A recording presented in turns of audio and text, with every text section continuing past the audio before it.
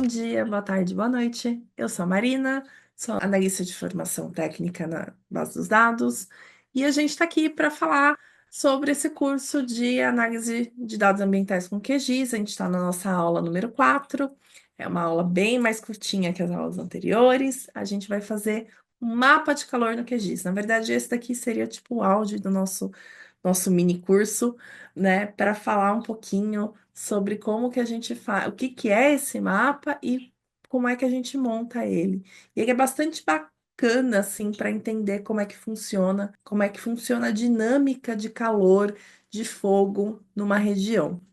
Eu sou uma mulher branca, eu tenho cabelo curto, acima do ombro, na altura do queixo, ondulado, tenho uma franja, estou usando óculos azul bem clarinho, quase transparente. Tô com uma blusinha verde escura com um macacão por cima azul marinho. E meu fundo tá borrado.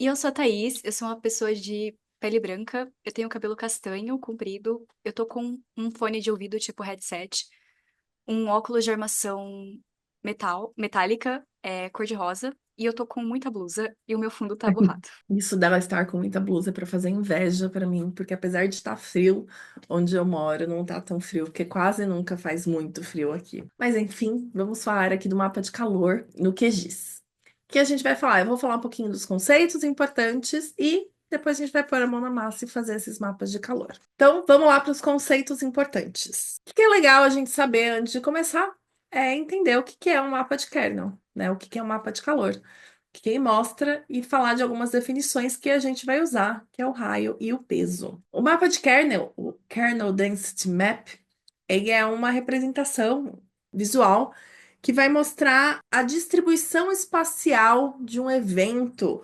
colocando um maior peso em regiões onde ele tem maior peso de fato, né? Então, ele vai criar o que a gente está acostumado a chamar de mapa de calor. Mas, então, o mapa de calor aqui é o. A gente está falando de calor, porque a gente vai usar a potência radiativa do fogo, então a gente vai usar o calor, basicamente, né, espalhado, a energia espalhada, mas não necessariamente está ligado a calor, a fogo, né? Mapa de calor é porque ele é um mapa de como a coisa se espalha. Então, daria para falar, para chamar assim de mapa de espalhamento. Não é o melhor nome, mas indica um pouquinho também o que está acontecendo. Então, imagina que eu tenho uma fonte de fogo, porque a gente está falando de queimada, né? Então, eu tenho uma fonte de fogo. Num mapa, essa fonte de fogo tem que estar destacada com uma temperatura maior. E aí eu tenho temperaturas mais amenas em volta, né? E onde não tem fogo, a temperatura é mais amena. Essa ideia de mapa de calor está muito associada àquelas visualizações de infravermelho, por exemplo. Não sei se vocês já viram, mas se a gente usa uma daquelas câmeras de infravermelho no corpo humano, você vai reparar que áreas que têm maior temperatura, porque o infravermelho que está sendo detectado ali está associado a essa questão da temperatura, então maior temperatura, maior emissão no infravermelho. Então, áreas com maior temperatura vão estar com uma cor mais brilhante, provavelmente, do que áreas com menor temperatura, que vão estar com uma cor menos brilhante, né? Então, a ideia é que eu consiga ver como é que se dá essa distribuição da temperatura num corpo baseado na detecção do infravermelho. A ideia do mapa de calor é como se eu estivesse colocando um grande detetor de infravermelho nesse mapa para ver, putz, onde tem maiores temperaturas, onde tem menores temperaturas e como isso está se distribuindo espacialmente. Usei o exemplo da temperatura, mas a gente pode estar falando de qualquer outra grandeza. Então, a gente pode fazer um mapa de calor de uma grandeza populacional, por exemplo.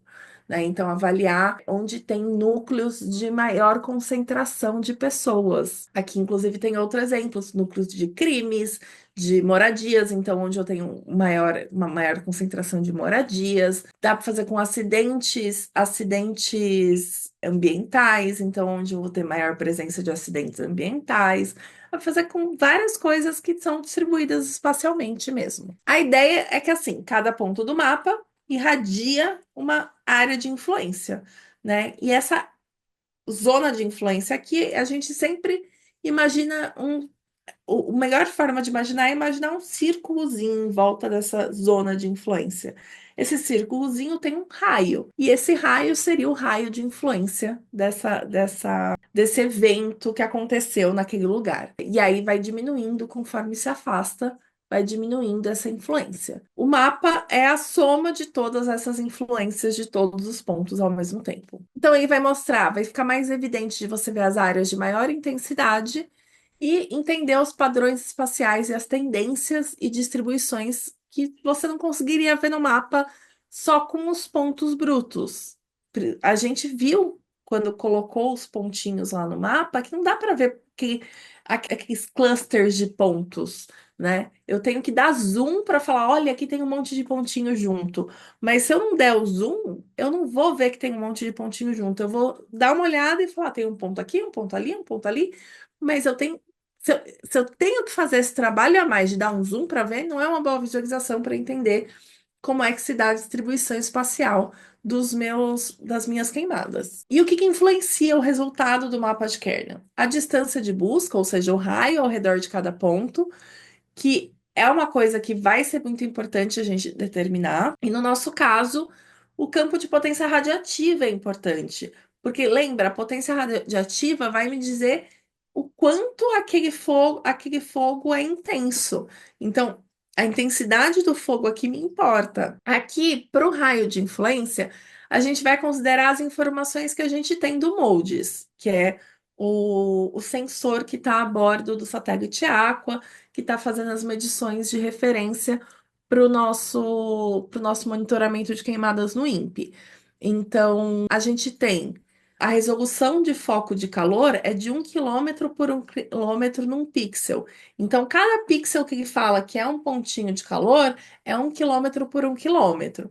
Se a gente, então, o mínimo que a gente vai considerar de resolução é 1 quilômetro por 1 quilômetro por pixel, né? A gente não pode diminuir isso, senão a gente vai trazer algumas distorções na história. Então, aqui, o raio mínimo útil deve ser igual ou maior que o tamanho do pixel para que a interpolação do kernel faça sentido. Ah, mas pode ser maior? Pode. Principalmente dependendo de como você está avaliando essa região. Pode ser maior, sim, e pode ter uma área de espalhamento de influência maior do que a resolução do pixel que a gente está avaliando.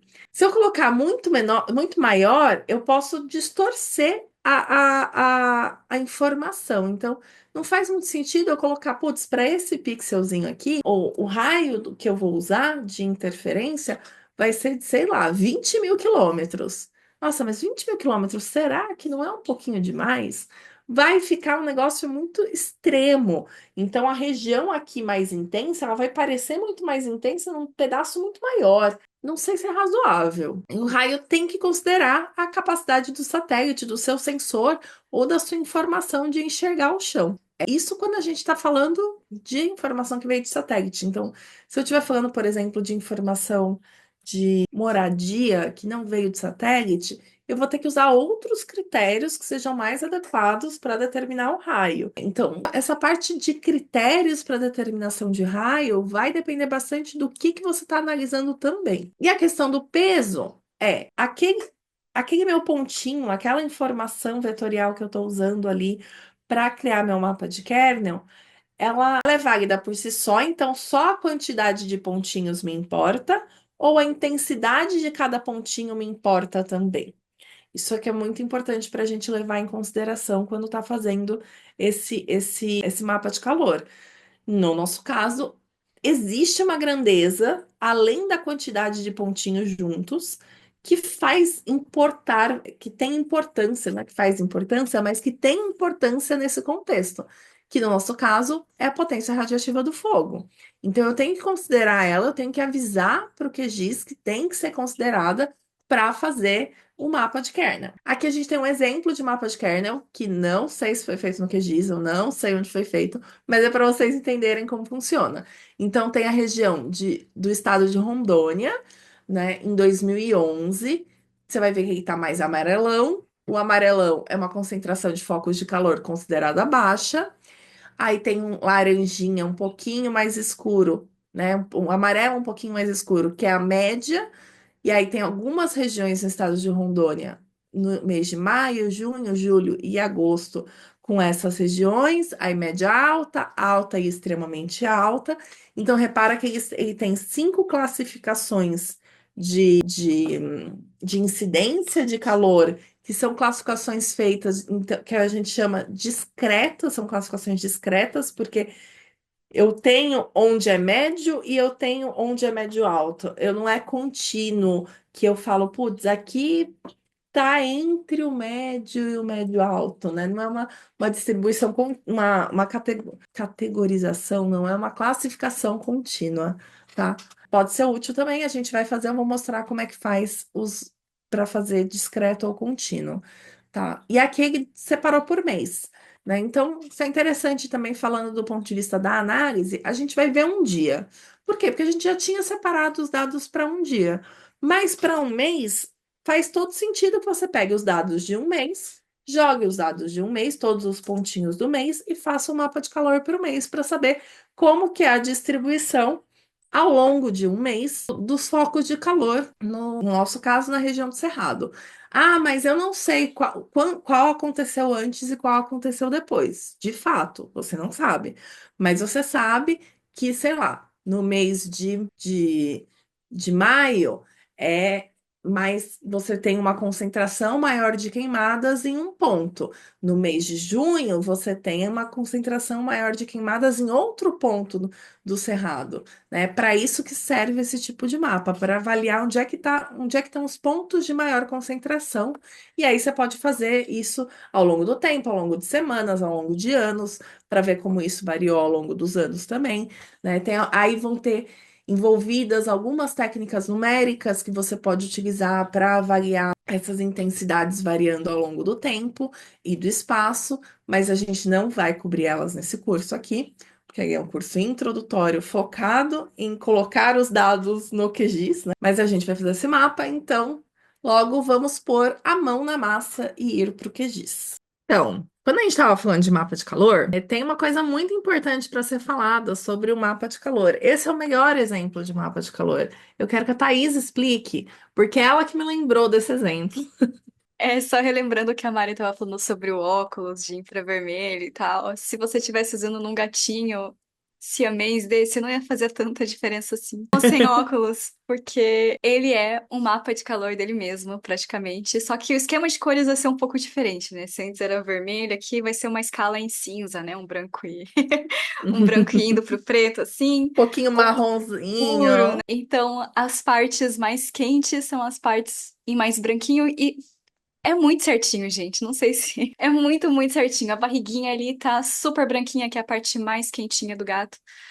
E a parte mais fria é a parte aí mais marrom escuro. E é isso. Se você precisar de apoio, se você é um pouco igual a mim, um pouco mais lerda nessa parte das ciências, uma foto do gatinho sempre ajuda. Infelizmente, pra gente que ama gatinho, isso não acontece com todos os gatinhos.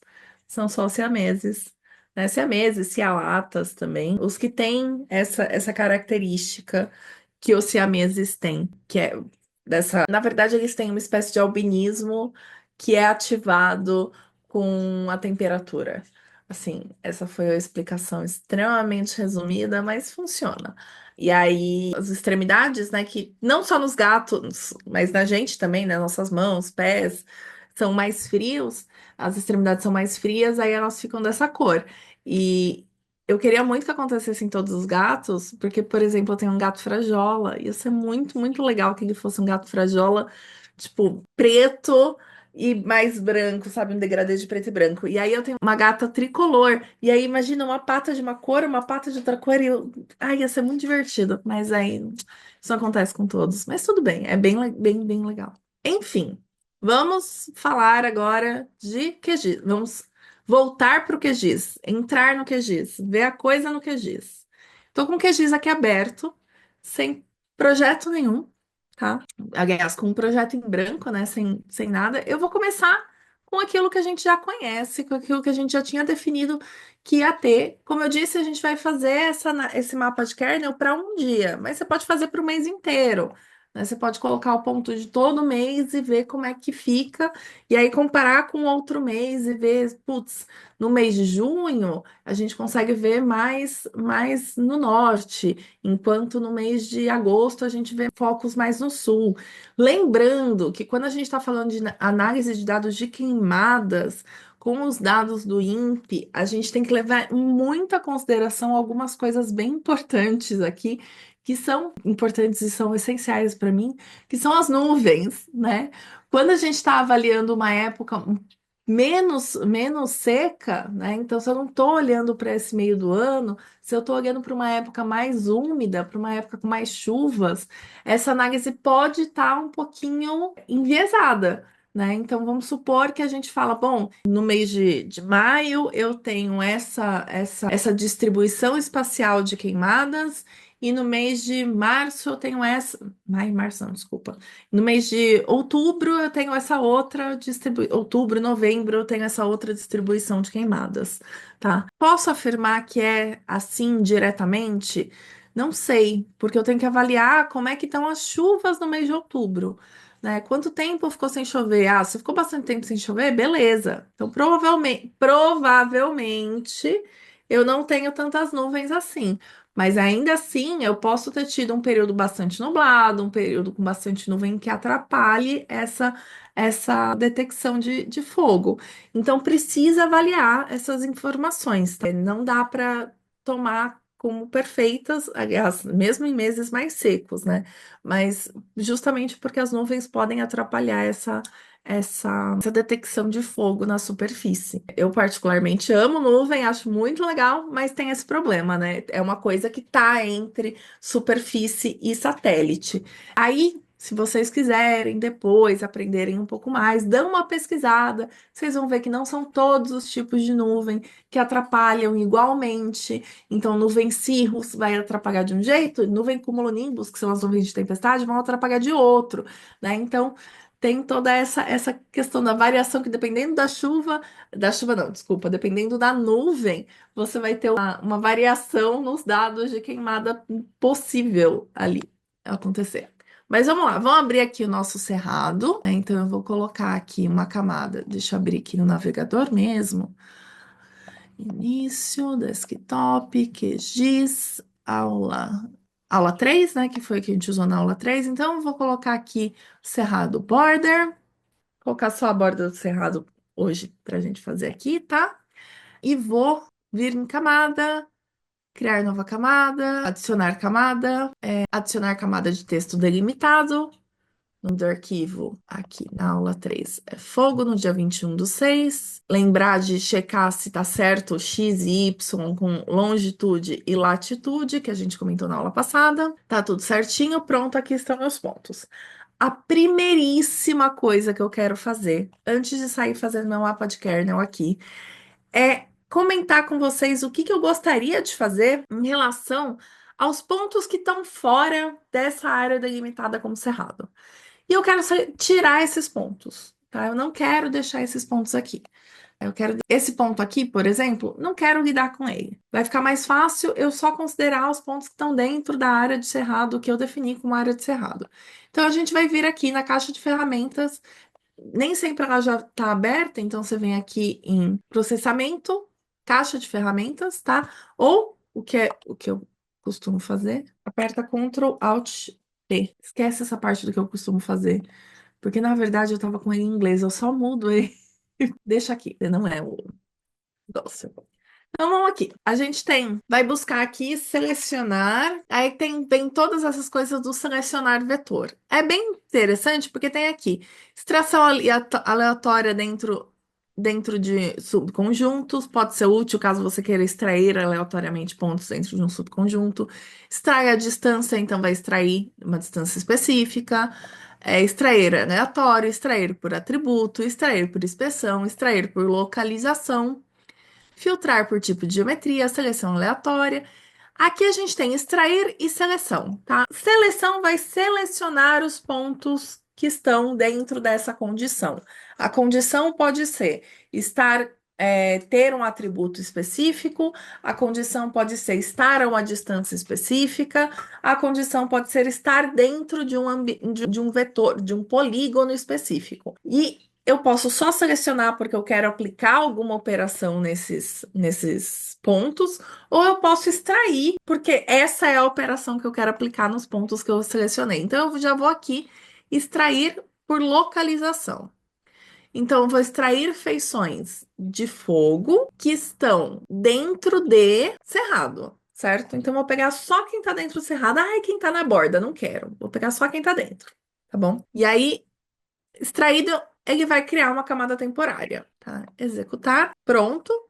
Criou uma camada temporária. Posso fechar aqui, que você vai ver, não sei se dá para ver muito bem com essas cores, mas a gente tem os pontinhos roxos e os pontinhos rosa. Os pontinhos rosas são os pontinhos que estavam antes do fogo.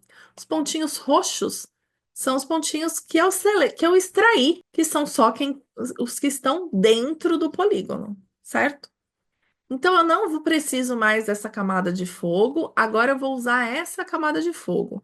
Eu vou renomear a camada, então vai ser fogo 21/6/2024 no cerrado. Então agora é só o que está dentro da área cerrado. Essa daqui eu nem preciso mais, posso extrair a camada. Remover camada. Quando tem muita opção assim, eu fico meio doida, mas achamos. Agora a gente vai. Não gosto dessas cores e tudo mais, mas eu não vou me preocupar com elas, porque a gente vai fazer um mapa de calor em cima e vai mudar as cores do mapa de calor. Para fazer um mapa de calor, eu tenho que tomar um cuidado. Lembra que a gente falou que tem a questão do raio de ação e o valor do pixel? O mapa de calor é uma imagem raster. Para fazer a imagem dentro de coordenadas geográficas para essa imagem raster, considerando metros de raio e tudo mais, a coisa seria mais complicada do que se a gente fizesse de coordenadas projetadas para essa imagem, para o mapa de calor. Então, a primeira coisa que a gente vai fazer é vir aqui em vetor, gerenciar dados, reprojetar camada. Então, a gente vai reprojetar a camada e mudar o nosso sistema de referência, tá? Eu vou mudar fogo cerrado, tá? E de destino, eu vou mudar para, opa, essa daqui, que é Sirgas 2000 UTM. Então, eu vou mudar para UTM 23 Sul, porque é a região onde tem o Cerrado, tá? Mas tem outras regiões. Na verdade, a região do Cerrado é um pouco mais. A gente poderia pegar 22, 23 ou 24 Sul. Peguei a 23 Sul, tá? E aqui a gente tem agora todo esse reprojetado. Você vai ver que tá igualzinho, tá? Então, se eu tirar os laranjinhas, vão aparecer os roxos no mesmo ponto, porque não tem diferença, porque eu só reprojetei, que significa que pro QGIS ele vai usar um sistema de referência diferente na hora de fazer as contas. Então eu vou chamar isso daqui de fogo 21/06/2024 Cerrado UTM, que é o que eu vou usar para fazer nosso mapa de kernel, e pronto. A gente está pronto para fazer o mapa de kernel e vocês vão ver que é super fácil. Então, aqui eu procurei por kernel, eu poderia ter procurado por mapa de calor na caixa de ferramentas, né? Então, tem aqui interpolar, mapa de calor, tem aqui um usado recentemente, porque eu já tinha usado antes, mas é a mesma coisa. Vou falar qual que é a camada de pontos que eu estou usando para fazer o mapa de calor. Ele já veio com a única camada de pontos que ele, que ele encontrou ali adequada para fazer. Aqui é o raio. Vou mudar o raio para 100 quilômetros, tá? E vou mudar o tamanho do pixel para 1 quilômetro, ok? Só para ver se tá bom o que eu fiz, se tá dentro do que eu tô esperando. Executar, executou, fechou. Repara que ele criou um mapa de calor. Poderia ter aumentado um pouco o raio ou poderia ter aumentado o pixel, tá? Como eu disse, poderia ter mudado o raio, poderia ter mudado o tamanho do pixel. Eu vou fazer com um raio um pouquinho maior, para vocês verem como fica. Mapa de calor, fogo é UTM. Vou fazer com 250 quilômetros, tá? E aqui vou deixar também 1.500 para cada pixel, só para dar uma mostrada na diferença da coisa, tá? Ele aumenta bastante, aí você vai falar, putz, qual que é melhor? Não sei, vai depender um pouco da sua análise.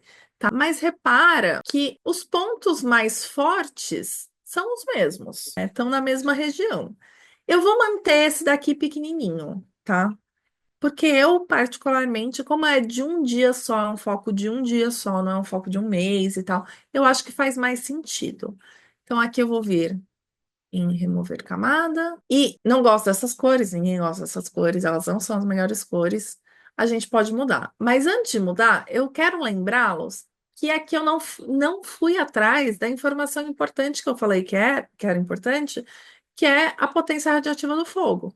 Então, vamos fazer um outro mapa de calor considerando a potência radiativa do fogo, né? Então, aqui eu tenho um raio de 1 quilômetro, 100 quilômetros, 1 quilômetro. Opa, ele não atualizou o pixel Y. Pronto, tudo certo. E aqui, em parâmetros avançados, você tem weight from field. Repara que eles esqueceram de traduzir esse campo, tá? Na verdade, ele está falando peso. Então, você vai usar como peso qual campo. E eu esqueci de selecionar a camada, não ia aparecer mesmo. Agora aqui. A gente vai usar o potência radioativa do fogo, certo? Quem sabe, sabendo essa informação, ele vai fazer a nossa camada num arquivo, numa camada temporária com isso. Vocês vão ver uma leve diferença entre uma e outra, tá vendo? Então, repara que aqui, por exemplo, onde está passando a mãozinha, ele tá menos forte quando eu considero a potência radiativa do fogo, em comparação com essa parte mais forte aqui, tá vendo? Isso daqui é importante, significa que a gente está levando em consideração a potência radiativa. Então, dentre todos esses pontos, esse ponto aqui realmente se destaca, tá? Essa região realmente se destaca. Então, eu vou deixar essa que leve em consideração a potência radiativa do fogo. Vou remover camada da outra. E aqui vou vir em propriedades, simbologia, que é a parte de símbolos, aparência da coisa. Vou trocar para banda simples, falsa cor. E vou escolher esse gradiente de cores aqui, que é esse padrão que já tem aqui, chamado espectral, tá? Poderia escolher qualquer outro, mas vou deixar esse espectral aqui só para mostrar que ele tem aqui um valor que parece, fica parecendo que é discreto, mas não é, porque o modo aqui embaixo está contínuo, tá? Então, eu vou aplicar para vocês verem como fica. Ele fica assim, ok? Então, aqui é muito mais intenso do que todo o resto. Eu posso aplicar um modo de quartil, então ele vai separar pelos quartis. E aí, se você quiser, você chama de intenso, médio e o que quer que seja. Vou diminuir para 4 classes, vou aplicar e aí você vai ver como é que fica. Então, aqui não tem mais aquela continuidade, aquele degradê de uma cor para outra, né? Vou trocar para esse magma. Não, magma? Não, não gostei do magma. Para começo de conversa, deixa eu colocar aqui contínuo de novo e vou trocar para espectral mesmo. Mas agora ele tá com muitas classes. Não tem problema, não tem problema. Aquelas classes aqui são só para mostrar quando não tá contínuo. Aqui a gente tem aquele espectral certinho. A gente pode fazer diferente, tá? A gente pode inverter do vermelho para o azul, mas eu particularmente gosto do vermelho para o azul. Tem muita gente que prefere do azul para o vermelho pela intensidade de fogo ser mais intensa no vermelho. Como eu tô acostumada com a ideia de que cor azul, violeta é mais energético, eu gosto da ideia do vermelho menos energético e dos azuis mais energéticos. Mas isso daqui depende um pouco de contexto, tá? De qualquer forma, eu acho que ficou ok desse jeito, eu vou manter, tá? Mas, Marina, tem umas bolas saindo do cerrado. O que que eu faço agora? Bom, agora a gente lembra que isso daqui é raster, isso é uma imagem raster. E aí a gente vai vir aqui e fazer